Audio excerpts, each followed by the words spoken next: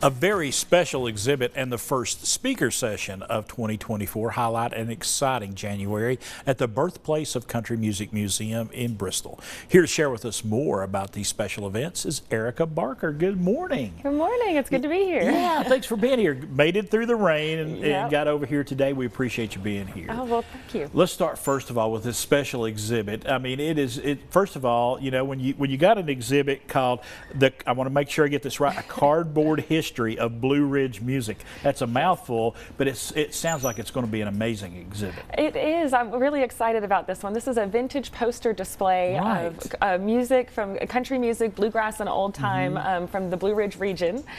So we've got posters from artists such as Bill Monroe, Roy Acuff, Kitty Wells, Flatt and Scruggs. It's going to be really cool. And we were talking about this a little bit before. Yeah. One of my favorite things about this exhibit is the art aspect of it. So it's a bunch of posters primarily. There are objects as well that tie into the posters, but a lot of these use an old sort of wood block printing style, which I think is really interesting. So there's a lot of art connections as well as the music connections with this exhibit. And it just draws back memories. I mean, walking through downtowns around our region especially, and you see these cardboard signs for upcoming concerts. Yeah. You know, I was born in the 60s, and during the 70s this was still going on. If there was a big concert coming up, signs on the pole, on the telephone pole, signs in the window fronts. It just brings back a lot of memories for a lot of people. Yes, and I love that you mentioned that too, because the other thing I think is really interesting about this exhibit is that all of those signs, they're not really made to last. Right. They're not intended to survive much longer than the event that they're promoting. Exactly. But all of these, so we've got this exhibit from Tom Murphy, who's a personal collector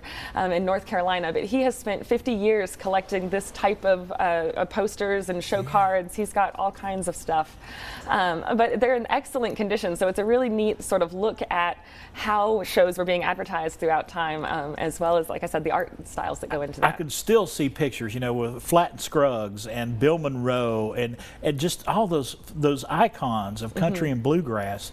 You can it just brings back so many memories. Yeah, it really and does. we've even got a couple from some of our local celebrities too, such as Jim Lauderdale and Doyle Lawson came by just the other day. Doyle Lawson's a great guy. Yes, he came and dropped off a few things that will also be on display next week too. So be sure to come check those out. Definitely going to go check that out. And you got a very special speaker session coming up as well. Tell us about that. We do, and the speaker session is actually the same day as the opening of that exhibit, next Tuesday, January 16th. But that evening, this is a virtual program, so you do need to go online to register for that Zoom link if you'd like to attend, but it is free. And we are going to be kicking off 2024's speaker session series with Holly G from the Black Opry. So we're really excited about this. Our speaker sessions is a monthly lecture series that we do at the museum to highlight music and Appalachian culture. And tell us more about Holly G. So Holly G is the founder of the Black Opry, which is an organization that works to sort of promote and empower Black artists and fans and music industry professionals in country, Americana, roots, and folk music.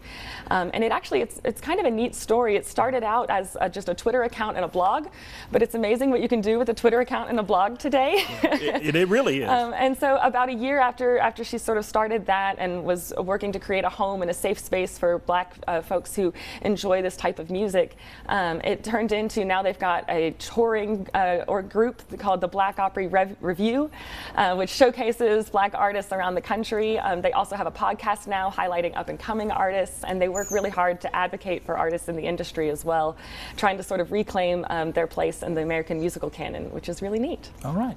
Erika, thanks for stopping by today. Thank you. And we're going to give everybody the information about these two very important events, and you can find it all right here. We can find out everything about both the cardboard event and this event coming up, the speaker session as well, by going to the birthplaceofcountrymusic.org, or just give that number right there a call on the screen.